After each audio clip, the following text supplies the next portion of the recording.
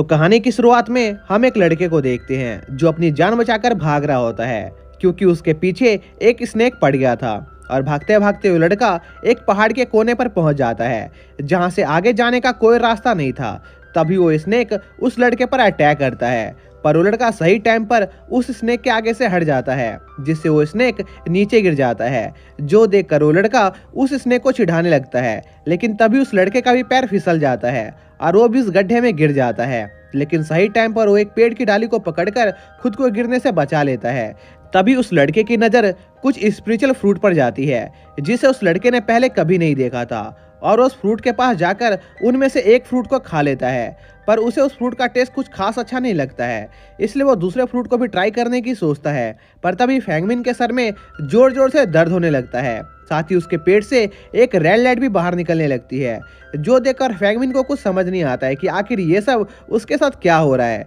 इसलिए वो जोर जोर से चिल्लाने लगता है। वहीं दूसरी तरफ वो स्नेक भी फैंगमिन की आवाज़ सुन लेता है, इसलिए वो एक बार फिर से फैंगमिन पर अटैक कर देता है। पर फैंगमिन किसी तरह उस अटैक से बच जाता है और वहां से भागने के बारे में सोचने लगता है। लेकिन तभी उसे एक बेल दिखाई देती है जिसे पकड़कर वो नीचे उतरता है। इसी बीच फैंगमिन को पता चलता है कि अचानक से उसकी स्पिरिचुअल एनर्जी पहले के मुकाबले काफ़ी ज़्यादा बढ़ गई है, जिससे वो काफ़ी ज़्यादा पावरफुल हो गया है। इसलिए वो अपनी पावर को टेस्ट करने के लिए उस स्नेक से लड़ने का फैसला करता है, और कुछ देर लड़ने के बाद वो उस स्नेक को हरा देता है। तभी फैंगमिन को उस स्नेक की बॉडी से एक जेड लॉकेट मिलता है, जिसे देखकर वो बहुत हैरान होता है क्योंकि ऐसे जेड लॉकेट को सिर्फ बड़ी फैमिली के लोग ही पहना करते थे। जो देखकर फैंगमिन को लगता है कि शायद से जरूर उस स्नेक ने किसी अमीर आदमी को खा लिया होगा जिसके पास ये लॉकेट होगा। इसी बीच फैंगमिन को कुछ लोगों की आवाज़ सुनाई देती है, इसलिए वो छुप जाता है और हम देखते हैं कि वो दो लड़कियां होती है जो यहाँ पर स्नेक बीस्ट का शिकार करने आई थी ताकि वो उसके ब्लड को अपने ग्रैंडफादर को तोहफे के तौर पर दे सके, क्योंकि स्नेक बीस्ट का ब्लड हीलिंग में काफी काम आता था। इसी बीच फैंगमिन छुपकर उन दोनों लड़कियों पर नजर रख रहा होता है। तभी वो लड़कियां अपने पास से एक रोबोट निकालती है और उससे आसपास के ऑरा को सेंस करके उस स्नेक बीस्ट का पता लगाने को कहती है, जिस पर वो रोबोट अपना काम शुरू कर देता है। तभी उसे फैंगमिन की ऑरा महसूस होती है और वो उसकी तरफ बढ़ने लगता है, पर फैंगमिन का वो लॉकेट उस रोबोट की सारी एनर्जी को अब्सॉर्ब कर लेता है, जिससे वो रोबोट नीचे गिर जाता है, जिस पर वो लड़की उस रोबोट को चेक करने जाती है। इसी बीच फैंगमिन के सर में एक बार फिर से दर्द होने लगता है, जिससे वो अपने सबकॉन्शियस माइंड में चला जाता है, जहां पर फैंगमिन को उसकी पावर दिखाई देती है, जिससे उसे पता चलता है कि उसके पास फ्यूचर देखने के साथ साथ और भी कई सारी न्यू एबिलिटी मिली है। तभी फैंगमिन को उसकी फ्यूचर साइट एबिलिटी से पता चलता है कि वो रोबोट फटने वाला है, इसलिए फैंगमिन जल्दी से जाकर उस लड़की को उस रोबोट के फटने से पहले बचा लेता है। लेकिन तभी फैंगमिन किसी अनजान वजह से वहीं पर बेहोश हो जाता है। जो देखकर उस दूसरी लड़की को लगता है कि फैंगमिन ही वो शख्स है जिसने उनके रोबोट को डिस्ट्रॉय किया है, इसलिए वो उसे मारने वाली होती है। लेकिन उस लड़की की बड़ी बहन उसे रोक लेती है क्योंकि फैंगमिन ने उसकी जान बचाई थी। फिर सीन शिफ्ट होता है और फैंगमिन होश में आने के बाद देखता है कि वो वापस अपने घर में आ गया है। जो देखकर फैंगमिन को लगता है कि उसके साथ जो कुछ भी हुआ था वो सब बस एक सपना था। इसी बीच उसे उसके फादर की चिल्लाने की आवाज सुनाई देती है, और जब फैंगमिन बाहर जाकर देखता है तो उसे कुछ लोग दिखाई देते हैं जो उसके फादर को पीट रहे थे, जिस पर फैंगमिन उन लोगों को हराकर साइड में कर देता है। जो देखकर उन लोगों के लीडर को गुस्सा आ जाता है और वो फैंगमिन से कहता है कि आखिर तुम्हारी हिम्मत कैसे हुई रॉयल सोल्जर्स को हाथ लगाने की। जो कहने के साथ ही वो आदमी फैंगमिन से लड़ने लगता है, पर फैंगमिन उस आदमी को कड़ी टक्कर देकर पीछे धकेल देता है। जो देखकर उस आदमी को गुस्सा आ जाता है और वो फैंगमिन को जान से मारने के लिए उस पर एक चाकू से अटैक करता है, पर फैंगमिन एक पत्थर की मदद से उस आदमी को दूर उड़ा देता है और उसे जान से मारने वाला होता है। जो देखकर उस आदमी की पैंट गीली हो जाती है, लेकिन तभी फैंगमिन के फादर फैंगमिन को रोक देते हैं क्योंकि वो आदमी एक बहुत बड़ी फैमिली के लिए काम करता था, जिसे फैंगमिन के फादर पंगा नहीं लेना चाहते थे। इसलिए वो उस आदमी की बात मानकर उन्हें वो सारा मेडिसिन देने को तैयार हो जाते हैं जो उन्होंने बनाई थी, जिस पर वो आदमी झट से वो मेडिसिन का बैग लेकर वहां से भाग जाता है। जिसके बाद फैंगमिन अपने फादर को लेकर बेड पर लेटा देता है क्योंकि वो बहुत ज़्यादा घायल हो गए थे। पर फैंगमिन का गुस्सा अभी भी शांत नहीं हुआ था और वो उन सभी लोगों को सबक सिखाना चाहता था जिन्होंने उसके फादर की ऐसी हालत की थी। जो सुनकर फेंगमिन के फादर फेंगमिन को जैन क्लैन के लोगों से लड़ाई करने से मना करते हैं क्योंकि वो लोग बहुत ज्यादा खतरनाक थे और अब तो जैन क्लैन का यंग मास्टर फेरी सेक्ट में ट्रेनिंग ले रहा था जिससे वो लोग पहले से भी ज्यादा ताकतवर हो गए थे। साथ ही फेंगमिन के फादर फेंगमिन से पूछते हैं कि आखिर उसके साथ माउंटेन पर क्या हुआ था जो उसे दो लड़कियां यहाँ पर खुद लेकर आई थी। जो सुनकर फेंगमिन समझ जाता है कि उसके साथ माउंटेन पर जो कुछ भी हुआ था वो कोई सपना नहीं था। तभी फेंगमिन के फादर फेंगमिन को एक टैबलेट देते हैं जिस पर फेंगमिन अपने फादर से पूछता है कि आखिर ये क्या चीज है, जिस पर फेंगमिन के फादर बताते हैं कि ये फेंगमिन का आइडेंटिटी कार्ड है क्योंकि फेंगमिन के फादर चाहते थे कि फेंगमिन यूजियन सेक्ट में जाकर कुंग-फू और मार्शल आर्ट सीखे जिससे उन्हें थोड़ा सा बैकग्राउंड सपोर्ट मिलेगा। जो सुनकर फेंगमिन झट से यूजियन सेक्ट का टेस्ट देने के लिए निकल जाता है जिसके अगले सीन में फेंगमिन एक कैरेज में बैठकर यूजियन सेक्ट जा रहा होता है जहां पर एक लड़का फेंगमिन का मजाक उड़ाने लगता है क्योंकि वो बहुत गरीब था, जिस पर फेंगमिन को गुस्सा आ जाता है और उस लड़के को अपनी पावर दिखाता है जिससे उस लड़के की पैंट गीली हो जाती है और वो फेंगमिन से माफी मांगने लगता है। जिसके बाद वो लोग वेड वैली पहुंच जाते हैं जहां पर उनका टेस्ट होने वाला था और जो भी स्टूडेंट उस टेस्ट को सक्सेसफुली पास कर लेगा उन्हें यूजियन सेट के अंदर प्रैक्टिस करने का मौका मिलेगा। तभी वहां पर यूजियन सेट के सभी एल्डर आ जाते हैं जिनकी पावर देखकर वहां पर मौजूद सभी स्टूडेंट बहुत हैरान होते हैं, पर फेंगमिन उनकी पावर देखकर ज्यादा हैरान नहीं होता। इसी बीच फेंगमिन के पास एक लड़की आती है जो फेंगमिन से पूछती है कि क्या वो इस टेस्ट को देने के लिए एक्साइटेड है या नहीं, क्योंकि उस लड़की को फेंगमिन बिल्कुल भी एक्साइटेड नहीं लग रहा था। जिस पर फेंगमिन उस लड़की से कहता है कि वो इस टेस्ट को देने के लिए बहुत एक्साइटेड है, पर वो लड़की अभी भी नहीं रुकती है और फेंगमिन से और भी ज्यादा सवाल पूछने लगती है जिससे फेंगमिन का दिमाग खराब होने लगता है। तभी वो एल्डर सभी को शांत रहने को कहते हैं, जो सुनकर वो लड़की डर के मारे फेंगमिन के पीछे छुप जाती है। जिसके बाद वो एल्डर वहां पर मौजूद सभी स्टूडेंट को उनका टास्क बताते हैं जहां पर उन सभी स्टूडेंट को ब्लैक माउंटेन पर मौजूद एक ट्री का फ्रूट लेकर आना था और जो भी स्टूडेंट उस फ्रूट को लाने में कामयाब होगा और जो भी स्टूडेंट उन फ्रूट को लाने में कामयाब रहा वो उन एल्डर के सेक्ट में शामिल हो सकता है। जो सुनकर वहां पर मौजूद सभी स्टूडेंट बड़ी तेजी से उस माउंटेन की तरफ बढ़ने लगते हैं, लेकिन तभी वो सभी रुक जाते हैं क्योंकि उनके रास्ते में बहुत सारे पॉइजनस इंसेक्ट मौजूद थे। पर फेंगमिन बिना किसी चीज की चिंता किए बड़ी आसानी से उन इंसेक्ट से बचकर आगे बढ़ रहा होता है, जो देखकर बाकी के स्टूडेंट भी आगे बढ़ने लगते हैं और उनमें से एक स्टूडेंट तो अपने साथियों को आगे भेजकर रास्ता क्लियर करवा रहा होता है,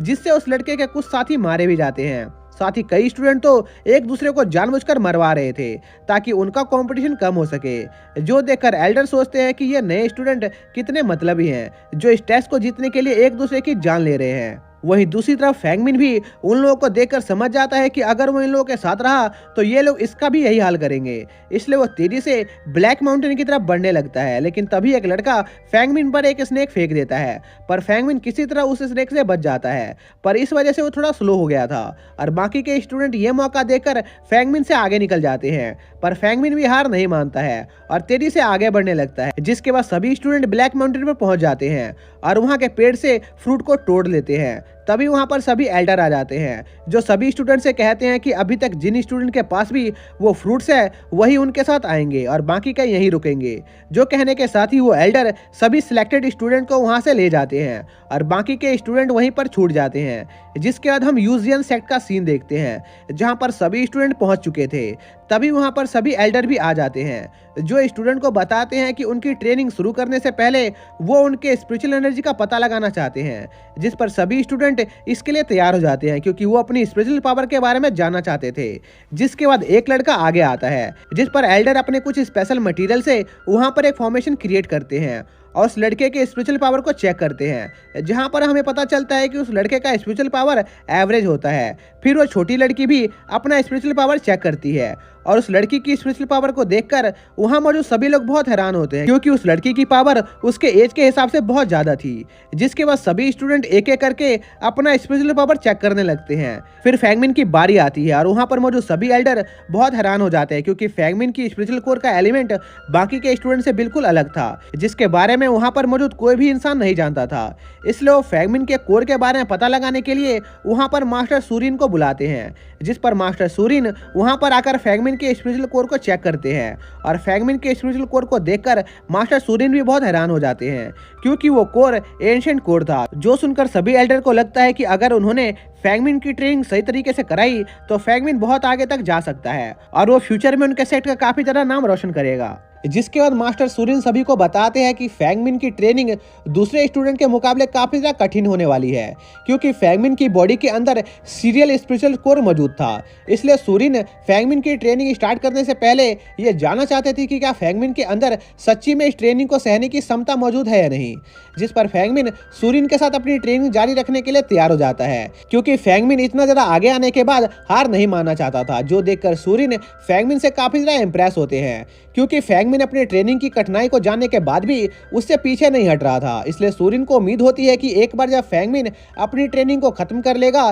तो उसकी पावर फोनिक्स रियलम से भी कई ज्यादा ऊपर पर पहुंच जाएगी। जो कहने के बाद सूरिन अपनी बेटी के साथ वहां से चले जाते हैं और मास्टर सूरिन के वहां से जाने के बाद सभी दूसरे मास्टर एक साथ मिलकर एक मीटिंग करने लगते हैं, जिसका असली मकसद इस बात का फैसला करने का था कि आखिर फैंगमिन उनमें से किसके सेक्ट को ज्वाइन करेगा, क्योंकि फैंगमिन का टैलेंट काफी ज्यादा यूनिक होता है। पर वहां पर मौजूद सभी मास्टर एक एक करके फैंगमिन को अपने सेक्ट में लेने से मना कर देते हैं, जो कि कुछ समय पहले तक फैंगमिन की तारीफ कर रहे थे। तभी सभी लोगों को फैंगमिन को रिजेक्ट करता देखकर वहां मौजूद एक मास्टर फैंगमिन को अपने सेक्ट में लेने के लिए तैयार हो जाता है, जो देखकर वहां मौजूद दूसरे सेक्टर के लीडर उस आदमी को समझाने की कोशिश करते हैं कि फैंगमिन को ट्रेन करना उनके लिए घाटे का सौदा था, क्योंकि फैंगमिन को ट्रेन करने के लिए उनके काफी सारे रिसोर्सेस यूज होने वाले थे। लेकिन इसके बाद भी वो लोग गारंटी के साथ ये नहीं कह सकते थे कि वो लोग फैंगमिन को एक पावरफुल वॉरियर बना पाएंगे या नहीं। इसलिए दूसरे मास्टर फैंगमिन को अपना स्टूडेंट नहीं बनाना चाहते थे। जो सुनकर वो मास्टर मीटिंग में मौजूद सभी दूसरे मास्टर से कहता है कि उसे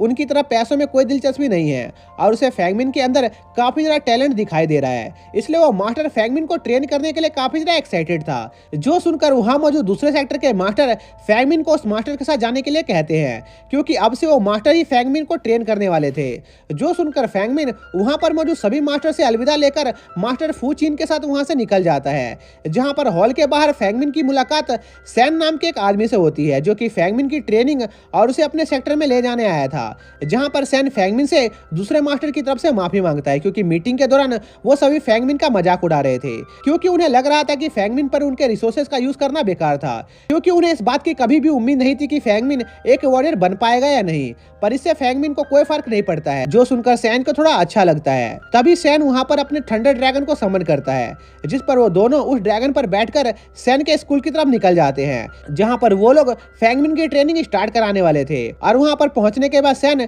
फैंगमिन को उसकी जरूरत का सारा सामान देता है और उसे कहता है कि अगर उसे कभी भी उसकी जरूरत हो तो उसकी मदद के लिए तैयार रहेगा। जो कहने के बाद वो आदमी वहां से चला जाता है और फैंगमिन को ट्रेनिंग करने के लिए एक बुक दे देता है, जिस पर फैंगमिन उस बुक की मदद से 3 दिन तक लगातार नई नई चीजें सीखता रहता है। जिसके अगले दिन फैंगमिन एक शॉप पर जाता है ताकि वो अपनी ट्रेनिंग के लिए कुछ सामान खरीद सके, क्योंकि उसकी टेक्निक काफी ज्यादा अनस्टेबल थी। जहां पर फैंगमिन उस शॉप के ऑनर से किसी ऐसी मेथड की डिमांड करता है जो उसकी मैजिकल सीखने की कैपेसिटी को बढ़ा सके, क्योंकि फैंगमिन का मैजिकल पूल काफी ज्यादा छोटा था। जो सुनकर वहां मौजूद शॉप्स के ऑनर फैंगमिन पर हंसने लगते हैं, क्योंकि फैंगमिन की हालत देखकर उन्हें लग रहा था कि दूसरे मास्टर ने फैंगमिन को उनके सेक्ट में ना लेकर सही किया था, क्योंकि उन्हें लग रहा था कि मास्टर फू फैंगमिन को ट्रेन करने के लिए सच्ची में अपने रिसोर्सेस और टाइम को बर्बाद कर रहे हैं। जो सुनकर फैंगमिन को उन लोगों पर गुस्सा आने लगता है और वो उन लोगों को उसके साथ बैटल करने के लिए चैलेंज करता है। जो सुनकर वो लोग डर जाते हैं और फैंगमिन से कहते हैं कि असल में फैंगमिन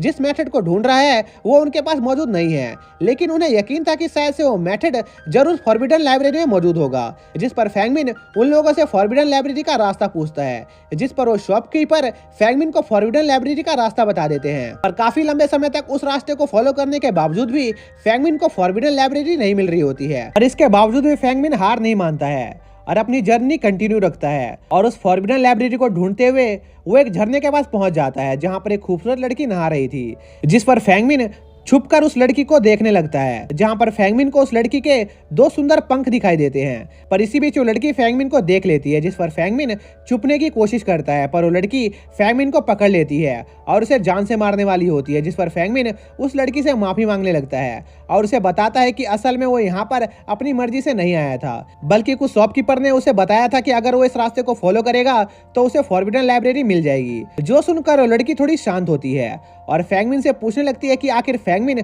फॉरबिडन लाइब्रेरी को क्यों ढूंढ रहा है। जिस पर फैंगमिन उस लड़की को बताता है कि वो अपने मैजिक को अपने कंट्रोल में नहीं कर पा रहा है। जो सुनकर वो लड़की फैंगमिन को ऑफर देती है कि अगर फैंगमिन चाहे तो वो फैंगमिन की फॉरबिडन लाइब्रेरी जाने में मदद कर सकती है, पर फैंगमिन उसकी मदद लेने से मना कर देता है क्योंकि फैंगमिन खुद से उस लाइब्रेरी को ढूंढना चाहता था। जो कहने के साथ ही फैंगमिन फॉरबिडन लाइब्रेरी को ढूंढने वहां से निकल जाता है, पर रास्ते में फैंगमिन को और दूसरी लड़कियां भी नहाते हुए दिखाई देती है, जो फैंगमिन को वहां देखकर उस पर हमला कर देती है, जिस पर फैंगमिन वहां से अपनी जान बचाकर भागने लगता है और वापस से उसी लड़की के पास पहुंच जाता है, जिस पर वो लड़की एक बार फिर से फैंगमिन को फॉरबिडन लाइब्रेरी को ढूंढने में मदद करने का ऑफर देती है, जिस पर इस बार फैंगमिन उस लड़की की बात मान लेता है। फिर वो लड़की फैंगमिन को फॉरबिडन लाइब्रेरी जाने का रास्ता बताती है और फैंगमिन को उसके लिए वहां पर एक बुक ढूंढने को कहती है, जो सुनकर फैंगमिन वहां से निकल जाता है, जहां पर रास्ते में फैंगमिन को कुछ स्पिरिट बीस्ट दिखाई देते हैं, जिस पर फैंगमिन उन बीस्ट पर हमला करके उन्हें जान से मारने लगता है, जहां पर हम देखते हैं कि फैंगमिन अब